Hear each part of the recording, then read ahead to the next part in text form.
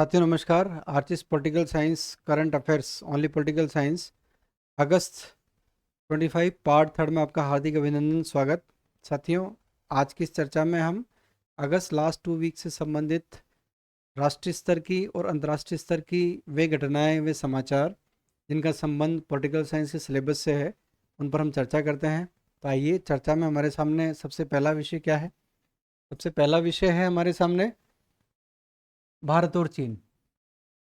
देखिए, अभी हाल ही में शंघाई सहयोग संगठन में हमारे प्रधानमंत्री श्री मोदी जी पार्टिसिपेट कर रहे हैं, लेकिन इससे पहले चाइना के विदेश मंत्री यांग वांग यी भारत यात्रा पर आते हैं और भारत और चाइना के बीच में एक विशेष वार्ता होती है।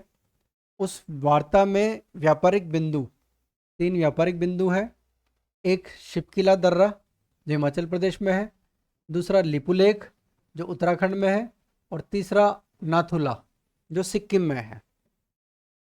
इन तीनों दर्रों से दोनों देशों के बीच में सीमा व्यापार को फिर से खोलने पर सहमत। ये सबसे इंपॉर्टेंट है, सबसे महत्वपूर्ण। यानी गलवान घाटी के संघर्ष के बाद और कोरोना के बाद भारत और चीन के बीच में जो संबंध अति कटु हो गए थे, दोनों के बीच संबंध खराब हो गए थे, उसके बाद वापस एक नई दिशा दोनों देशों के बीच में बनी है। और इस दिशा का सबसे बढ़िया प्रमाण दोनों देशों के बीच में सीमा व्यापार, यानी विश्व में जो ट्रम्प टैरिफ का संकट है, उस संकट के समय जो एक नया रास्ता भारत को दिखा है वो ये है भारत और चीन के बीच में अच्छे बनते हुए अच्छे संबंध। ये तीनों रास्ते वापस खोल दिए गए हैं और दोनों पक्ष जो है 2026 से कैलाश मानसरोवर, गांग रेनपोचे और मानसरोवर झील की जो तीर्थ यात्रा है उसको भी जारी रखने पर दोनों ने सहमति अभिव्यक्त की है। इसके बाद आगे हम देखते हैं। हाँ, यहाँ पर ये जो लिपुलेख है जो उत्तराखंड में है, जैसे ही भारत और चीन के बीच में लिपुलेख रास्ते की बात होती है तो नेपाल जो है वहाँ प्रॉब्लम क्रिएट करता है।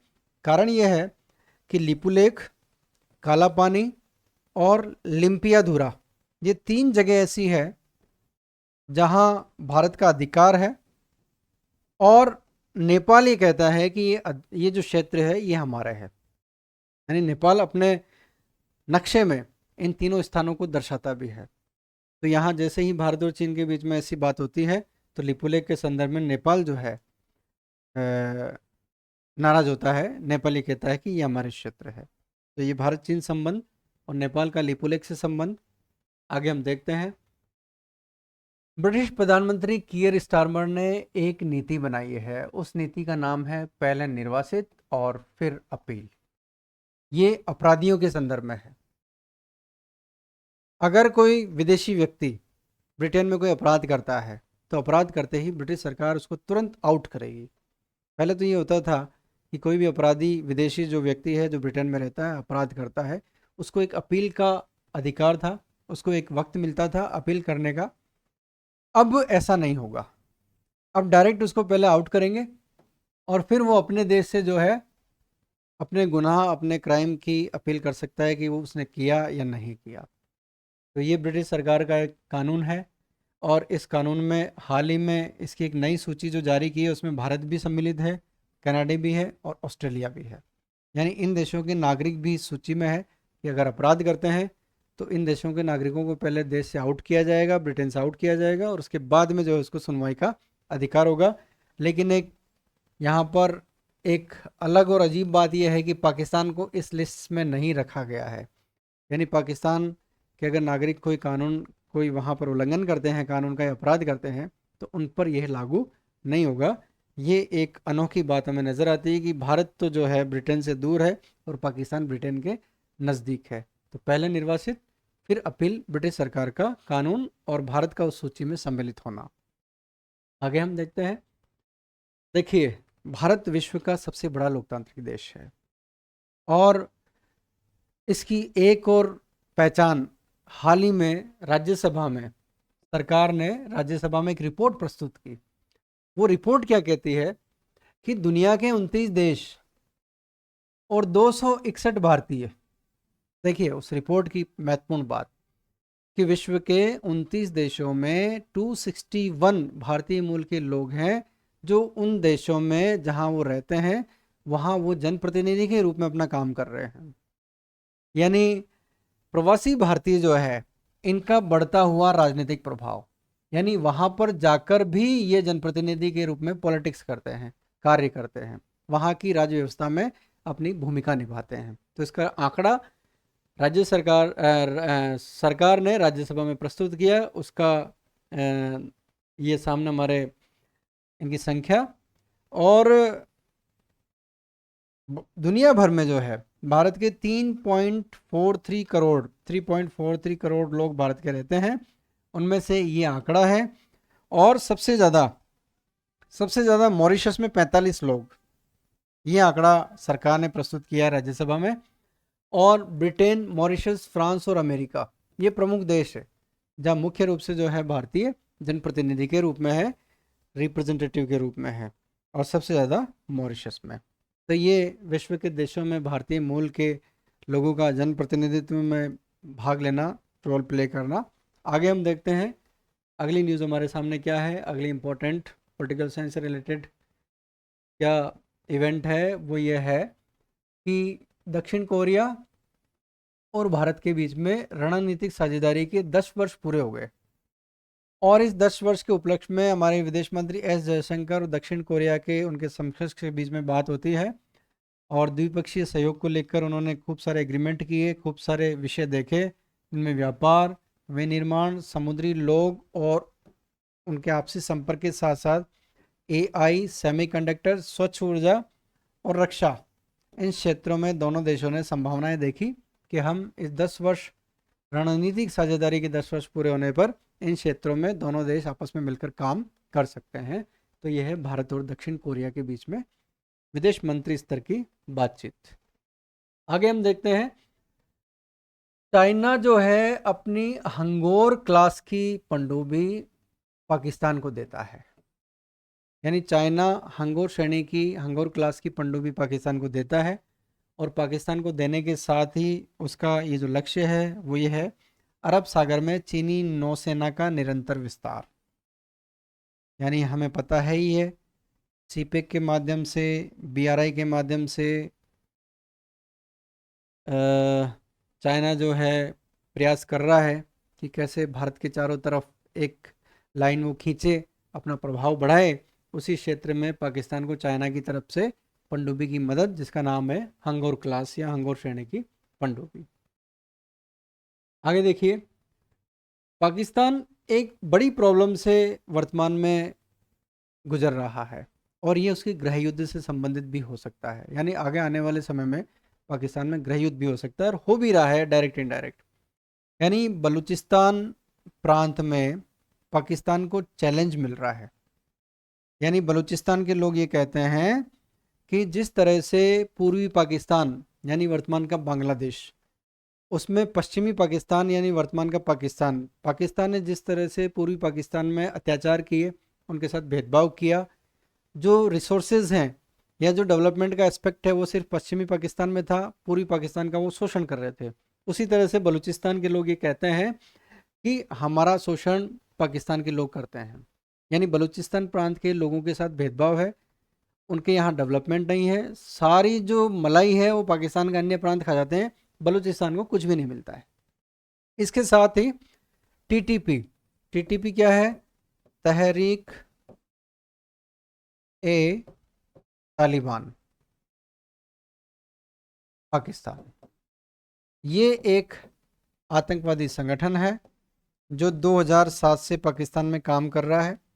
तो तहरीक ए तालिबान पाकिस्तान और बलूचिस्तान में जो उसके सामने चैलेंजेस आ रहे हैं, उस चैलेंजेस के खिलाफ और आतंकवाद के खिलाफ इन तीनों राष्ट्रों के संयुक्त प्रयास है। किसके? अफगानिस्तान के, पाकिस्तान के और चीन के। इन तीनों के विदेश मंत्रियों ने जो है काबुल में एक बैठक की है, अफगानिस्तान में एक बैठक की। उस बैठक में पाकिस्तान के सम्मुख ये चुनौतियाँ इनका और प्लस ये चुनौती, इनका सामना करने के लिए आपस में इन्होंने सहमति अभिव्यक्त की है। इस पे वो तीनों देश काम करेंगे। तो ये एक महत्वपूर्ण सूचना। आगे हम बढ़ते हैं। देखिए, हाल ही में तिब्बत का दौरा किया चाइना के राष्ट्रपति ने, शी जिनपिंग ने। और हमें पता है कि 1951 में चाइना जो है एक आधिकारिक रूप से तिब्बत पर अपना आधिपत्य स्थापित कर लेता है। और 1959 में एक असफल संघर्ष होता है तिब्बती धर्म गुरु दलाई लामा और चाइना के दोनों के बीच में। और वो वहाँ से निर्वासित होकर भारत में आ जाते हैं, शरण ले लेते हैं और धर्मशाला में एक अपनी एक धार्मिक सरकार स्थापित कर लेते हैं। तो इसी संदर्भ में तिब्बत में शी जिनपिंग का दौरा हुआ और इस दौरे से क्या होगा, उन्होंने तिब्बती क्षेत्र पर बीजिंग के नियंत्रण की ओर से मजबूत करने की अपनी प्रतिद्वंदिता दोहराई। यानी बीजिंग जो है वो तिब्बत को अपना मानता है और अगर कोई छोटी मोटी अगर चैलेंजेस धार्मिक गुरु दलाई लामा द्वारा अगर प्रस्तुत होती है तो उसका मुकाबला करने के लिए तैयार है। और चाइना ये चाहता है कि तिब्बत चाइना का ही पार्ट है, था और रहेगा। इसके संदर्भ में उन्होंने दौरा किया और लहासा जगह पर 20,000 लोगों को उन्होंने एड्रेस भी किया और तिब्बती बौद्ध धर्म को समाजवादी समाज के अनुरूप ढालने की आवश्यकता बताई। यानी जो दलाई लामा और उसके जो फॉलोअर्स है, उन बौद्ध धर्म के गुरुओं को, उस बौद्ध धर्म को वो कैसा चाह रहे हैं, चाइना का जैसा समाजवादी समाज है उस तरह से ढालने की आवश्यकता बताई। क्योंकि इसका सीधा संबंध किससे है? इसका सीधा संबंध है दलाई लामा की नियुक्ति।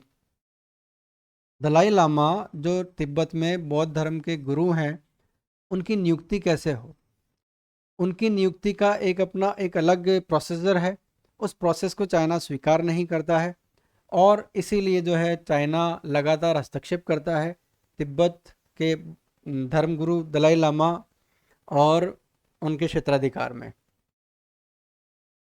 और इसके बाद देखिए, हाँ, 1950 में तो तिब्बत पर कब्जा किया था और 1951 में 17 सूत्रीय समझौते से तिब्बत पर चीनी अधिकार स्थापित हो गया और वहाँ पर PRC की यानी पीपुल्स रिपब्लिक ऑफ चाइना की संप्रभुता स्थापित हो जाती है। और ये बात हमने कर ही ली है कि असफल विद्रोह हुआ 1959 में, तिब्बतियन आध्यात्मिक गुरु दलाई लामा ने भारत में शरण ली। तो देखिए तिब्बत और चाइना के क्या रिलेशन है, तिब्बतियन धर्म गुरु के प्रति चाइना क्या सोचता है, वो क्या परिवर्तन चाहता है, इस संदर्भ में ये तिब्बत में चाइना के राष्ट्रपति का दौरा। आगे हम चलते हैं। आगे देखिए, एक रिजर्वेशन से संबंधित सूचना है, समाचार है। और ये रिजर्वेशन जो है कहाँ होना है? देखिए, उच्च निजी शिक्षण संस्थान, यानी वर्तमान में जो हायर एजुकेशन इंस्टीट्यूशंस हैं वहाँ पर आरक्षण की व्यवस्था नहीं है, जो निजी है। तो शिक्षा से जुड़ी एक संसद की स्थायी समिति ने अपनी एक रिपोर्ट दी और उस रिपोर्ट में निजी उच्च शिक्षण संस्थाओं में आरक्षण की सिफारिश की। देखिए आप, संसद में इसकी सिफारिश की गई एक स्थायी समिति द्वारा और उसमें अनुसूचित जाति यानी SC, अनुसूचित जनजाति ST और OBC, इन तीनों के विद्यार्थियों के लिए आरक्षण कहाँ? निजी शिक्षण संस्थाओं में, उच्च निजी शिक्षण संस्थाओं में SC ST और OBC के लिए आरक्षण की बात कर रहे हैं। और इस रिपोर्ट में बताया गया है कि 15% SC के लिए, 7.5% ST के लिए और 27% OBC के लिए आरक्षण सुनिश्चित किया जाना चाहिए। कितना आरक्षण हो ये इन्होंने बताया। ये जो समिति है, ये दिग्विजय सिंह जी इसके अध्यक्ष हैं। उन्होंने ही इस समिति के माध्यम से सुझाव दिए और रिपोर्ट में ये बताया गया है कि हमारे संविधान का जो अनुच्छेद 15.5 है, 15.5 संविधान का अनुच्छेद, वो सरकार को ये अधिकार देता है कि वह निजी उच्च शिक्षण संस्थाओं में आरक्षण कर सके। यानी यहाँ हमारे लिए महत्वपूर्ण है कि हमारे संविधान का अनुच्छेद 15.5, ये जो आरक्षण दिया जाएगा ये हमारे संविधान के अनुच्छेद 15.5 की अनुपालना में या उसके डायरेक्शन में दिया जाएगा। ऐसा प्रयास हो रहा है क्योंकि इस समिति का ये मानना है, इन्होंने एक रिसर्च फाइंडिंग की कि अभी तक जो है एससी छात्रों की संख्या 1% है, एसटी छात्रों की मौजूदगी आधे प्रतिशत है। उच्च शिक्षण संस्थाओं का उन्होंने एक सर्वे किया, तो एससी के तो 1% के लगभग है, एसटी के आधे % है, और वहीं ओबीसी की हिस्सेदारी लगभग 11% है। इस तरह से जो है उच्च शिक्षण संस्थाओं में इनके द्वारा आरक्षण की सिफारिश की गई है। देखो आगे होता क्या है। अभी तो संसद की स्थायी समिति ने दिग्विजय सिंह जी के नेतृत्व में संसद में ये रिपोर्ट प्रस्तुत की है। आगे हम देखते हैं क्या है। देखिए, हर वर्ष सितंबर के तीसरे मंगलवार को संयुक्त राष्ट्र महासभा का न्यूयॉर्क में उसके कार्यालय में एक कॉन्फ्रेंस होती है, एक महासभा का सम्मेलन होता है जिसमें विश्व के सभी राष्ट्र भाग लेते हैं। लेकिन अमेरिका ने फिलिस्तीन के जो राष्ट्रपति हैं महमूद अब्बास, उनको उस मीटिंग में होने वाले संयुक्त राष्ट्र महासभा सम्मेलन में सत्र में शामिल होने से रोक दिया। उनको परमिशन नहीं दे रहे हैं, और उनके साथ 80 अन्य फिलिस्तीनी अधिकारियों का भी वीज़ा अमेरिका ने रद्द कर दिया। यानी 193 सदस्यीय संगठन जो विश्व में शांति, सुरक्षा और कल्याण की बात करता है, उसका एक सामान्य सम्मेलन, जनरल असेंबली का सम्मेलन होता है, और उसमें अमेरिका में आने ही नहीं देता है। कौन? अमेरिका। यानी न्यूयॉर्क में उसका कार्यालय है, वहाँ सम्मेलन होना था। तो ये क्या है एक्चुअली? ये जो है फिलिस्तीन को एक देश के रूप में मान्यता, प्रश्न अभी जो चल रहा है ना, वो प्रश्न क्या है? फिलिस्तीन को एक देश के रूप में मान्यता, यानी हालांकि 142 देशों ने इसको मान्यता दे दी है, लेकिन हाल ही में फ्रांस, ब्रिटेन, कनाडा, ऑस्ट्रेलिया ने भी फिलिस्तीन को मान्यता देने की घोषणा की। तो क्योंकि विश्व के 193 देश अमेरिका में, न्यूयॉर्क में इकट्ठा होने वाले हैं, और वहाँ पर ऐसा ना हो कि फ़िलिस्तीन को सबकी तरफ से मान्यता दे दी जाए, और क्योंकि अमेरिका और इज़राइल में बहुत घनिष्ठ संबंध है और इज़राइल का शत्रु है फ़िलिस्तीन, तो ऐसी स्थिति में फ़िलिस्तीन के लिए कोई ऐसा कदम विश्व के अन्य देश न उठा ले, उसके पहले ही अमेरिका इसको ब्रेक या ब्लॉक करने की कोशिश में है। इस प्रकार हम देख सकते हैं कि फ़िलिस्तीन के खिलाफ अमेरिका क्या क्या कर रहा है, अमेरिका की पॉलिसी क्या है, और संयुक्त राष्ट्र महासभा के असेंबली में क्या होने वाला है। आगे देखिए हम, अमेरिका की संघीय अपीलीय कोर्ट का निर्णय टैरिफ अवैध। देखिए, भारत पर अमेरिका ने 50% टैरिफ लगा दिया है और पूरे विश्व को धमकियां दे रहा है टैरिफ के। ये अमेरिका के राष्ट्रपति का अधिकार है टैरिफ लगाना, लेकिन अमेरिका के राष्ट्रपति का अधिकार किसके तहत है? IEEPA, ये देखो, इंटरनेशनल इमरजेंसी इकोनॉमिक पावर्स। ये एक ऐसा कानून है जिसके तहत अमेरिकन प्रेसिडेंट को टैरिफ लगाने का अधिकार है। लेकिन टैरिफ की जो मात्रा है, जिस तरह से अमेरिका के राष्ट्रपति लगातार नए नए डिसीजंस ले रहे हैं, तो उस डिसीजंस के आधार पर एक संघीय अपीलीय कोर्ट ने कहा कि अमेरिकन राष्ट्रपति द्वारा लगाया गया इतना शुल्क, इतना टैरिफ जो है वो अवैध है। यानी ये फैसला जो है ट्रंप के लिए बड़ा झटका है। यानी अमेरिका के राष्ट्रपति को अधिकार तो है, लेकिन इस कानून के तहत क्या इतना अधिकार है IEPA के तहत? इसलिए संघीय अदालत ने इसके आधार पर टैरिफ को अवैध घोषित कर दिया है। हालांकि ट्रंप इसको सुप्रीम कोर्ट में चैलेंज करेंगे। प्रश्न यह है कि ट्रंप के फैसले के संवैधानिक होने और नहीं होने का है। यानी क्या संविधान में ये जो कानून है, इस कानून के अनुसार ही ट्रंप फैसले ले रहे हैं, तो ये है संवैधानिक है, कॉन्स्टिट्यूशनल है या नहीं है? इस बात का जो है कांग्रेस के पास अधिकार है या ट्रंप के पास अधिकार है। यानी हम पता है ट्रंप वहाँ की कार्यपालिका को रिप्रेजेंट करता है, कांग्रेस वहाँ की व्यवस्थापिका है और न्यायपालिका। इन तीनों के बीच में शक्ति संतुलन है, चेक एंड बैलेंस है। और ऐसी स्थिति में क्या ये टैरिफ का सारा अधिकार कार्यपालिका के पास है या कांग्रेस के पास है? इस बात पर अब कोर्ट जो है डिसाइड करेगी। फिलहाल उन्होंने इस ट्रंप को अवैध घोषित कर दिया है, हमें यही ध्यान में रखना है। अदालत ने यह भी कहा, ऐसा नहीं लगता कि IEEPA के जरिए कांग्रेस ने राष्ट्रपति को टैरिफ लगाने का असीमित अधिकार दे दिया। देखिए, ये इस कानून के तहत क्या असीमित अधिकार तो नहीं है? इस बात पर अब आने वाले समय में चर्चा होगी।